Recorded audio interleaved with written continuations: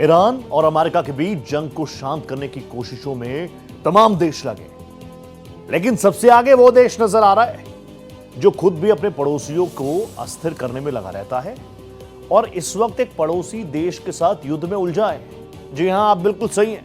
हम बात कर रहे हैं नापाक पाकिस्तान की। अराजकता में फंसा हुआ देश पाकिस्तान अब दुनिया में शांति स्थापित करने की हास्यास्पद पहल कर रहा है। It's a joke. आज हम बात करते हैं पाकिस्तान की हालत की। बताऊंगा आपको कि किस हालत में फंसा है पाकिस्तान और किस तरह से मध्यस्थता की कोशिश कर रहा है। पाकिस्तान के विदेश मंत्री इसहाक डार ने तो यहां तक दावा कर दिया कि आने वाले दिनों में पाकिस्तान अमेरिका और ईरान के बीच सीधी बातचीत को भी होस्ट कर सकता है। उन्होंने इसे पाकिस्तान के लिए गर्व की बात बताया, लेकिन हकीकत क्या है वो मैं आपको बताऊंगा। हकीकत यह है कि ईरान ने बातचीत में शामिल होने की कोई इच्छा व्यक्त नहीं की। सऊदी अरब और मिस्र ने भी पाकिस्तान की बात को कोई खास अहमियत नहीं दी। पाकिस्तान प्रमुख क्षेत्रीय पक्षों को यह समझाने में नाकाम रहा कि मध्यस्थता आगे बढ़ेगी तो कैसे। कोई प्लान जीरो, नीति जीरो, नियत जीरो।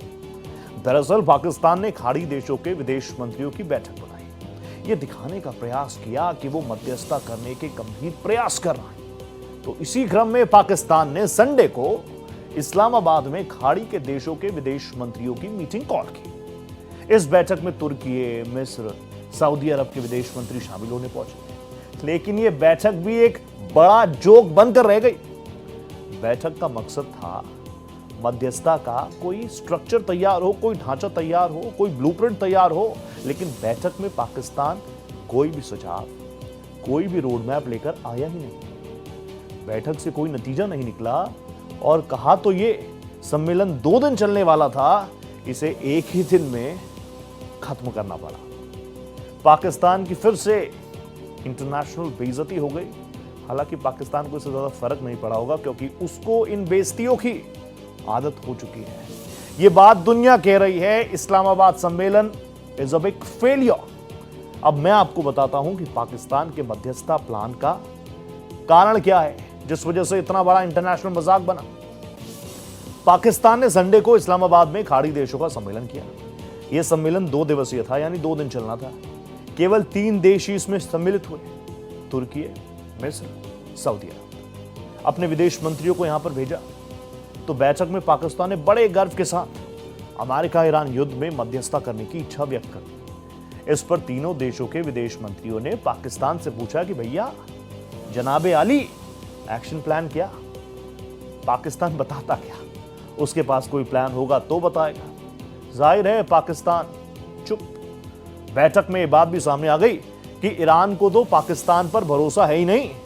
ऐसे में मध्यस्थता का कोई मतलब रह नहीं जाता। जब पाकिस्तान कुछ बता नहीं पाया तो सम्मेलन का यह छोटी सी चाय कॉफी वाली मीटिंग कह लीजिए, पाकिस्तान की इंटरनेशनल इंसल्ट एक बार फिर से दुनिया के सामने आ गई। बैठक में शामिल चारों देशों का रुख अलग अलग रहा। पाकिस्तान और तुर्की तो कुछ उत्सुक नजर आए, लेकिन सऊदी अरब और मिस्र ने तो कह दिया पहले कोई रोड मैप बनाइए भाईजान, फिर उस पर बात करेंगे, वरना ऐसे प्रयासों का कोई मतलब नहीं। यही वजह रही कि मंत्री स्तरीय सम्मेलन तय समय से पहले ही खत्म हो गया। वैसे पाकिस्तान को इस तरह की इंसल्ट से कोई फर्क नहीं पड़ता, जैसा मैंने कहा, उसको आदत हो चुकी है। वो अभी भी अपने आधे अधूरे प्रयासों में जुटा हुआ है। पाकिस्तान चीन को साथ लेना चाहता है। पाकिस्तान के विदेश मंत्री इसहाक डार ने चीन के विदेश मंत्री वांग यी से बात की। उनकी चीन जाने की भी तैयारी है, लेकिन जब खाड़ी के देशों को ही पाकिस्तान पर विश्वास नहीं, तो जाहिर है चीन से बात करके क्या कुछ निकाल लोगे जनाब। पाकिस्तान की इच्छा तो अब भी है कि वो अमेरिका और ईरान के बीच मध्यस्थता करे, मीडिएटर बने, लेकिन खुद उसकी हालत पस्ता है। उसकी क्रेडिबिलिटी जीरो, शून्य, और वो खुद भी युद्ध में उलझा पड़ा है। संडे को जब इस्लामाबाद में शांति की बैठक चल रही थी, उसी वक्त पाकिस्तान की सेना ने अफगानिस्तान पर मोर्टार दाग दिए। अजदाबाद के बाहरी इलाकों में हुए इस हमले में एक व्यक्ति की मौत हुई, 16 से अधिक लोग जख्मी हुए। अफगान सरकार ने फिर से आरोप लगाया कि पाकिस्तान ने नागरिक इलाकों को टारगेट किया है। युद्ध में भी कुछ रूल्स रेगुलेशन होते हैं, लेकिन पाकिस्तान जैसे मुल्क से आप कानूनी बात करें, रूल्स रेगुलेशन की बात करें, ये सिर्फ एक भद्दा मजाक है। अब आप देख लीजिए, पाकिस्तान खुद अफगानिस्तान के साथ व्यस्त है, फंसा पड़ा है। दोनों देशों के बीच जंग पिछले महीनों से छिड़ी हुई है। रविवार को एक बड़ा हमला किया गया अफगानिस्तान के कुनार प्रांत पर। हमले में एक व्यक्ति की मौत हुई, 16 से अधिक लोग जख्मी हुए। अफगानिस्तान ने भी पाकिस्तान के बाज़ौर इलाके पर टारगेट किया। अफगानिस्तान ने आरोप लगाया कि पाकिस्तान ने नागरिक इलाकों को टारगेट किया है। पाकिस्तान ने पहले भी अफगानिस्तान के एक अस्पताल पर हमला किया था, जिसमें 400 लोगों की जान गई थी। हर तरफ ग्लोबली उसकी निंदा हुई थी।